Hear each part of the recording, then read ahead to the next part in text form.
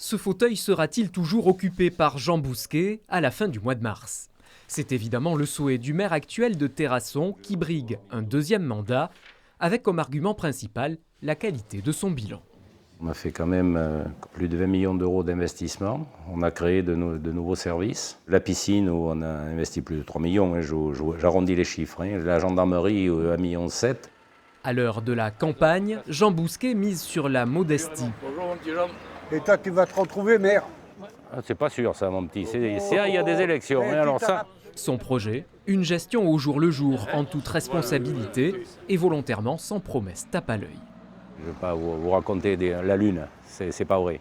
Pas faire de promesses inconsidérées.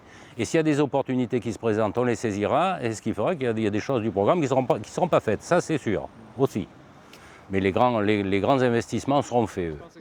Autre candidat, autre démarche. Maxime Bournazel veut faire bouger les choses, notamment pour redynamiser le centre-ville, avec des navettes depuis la périphérie et surtout un office de commerce. Un office de commerce est amené à gérer les animations, à les mettre en place avec les commerçants, à s'organiser avec les commerçants, mais surtout c'est aussi amené à la création d'un poste qui est le manager commerce. Autre projet, pour l'été essentiellement. Du coup dans l'idée on peut démarrer de là-bas, toute la partie plage. Le retour d'une animation supprimée il y a une vingtaine d'années, Terrasson Plage. Pour nos touristes, de leur montrer que Terrasson est animé, mais c'est aussi tourné pour une bonne tranche de la population de Terrasson qui ne part pas en vacances. Et les familles qui sont là sur place, alors qu'ils pourraient faire du beach rugby, du foot, du volley.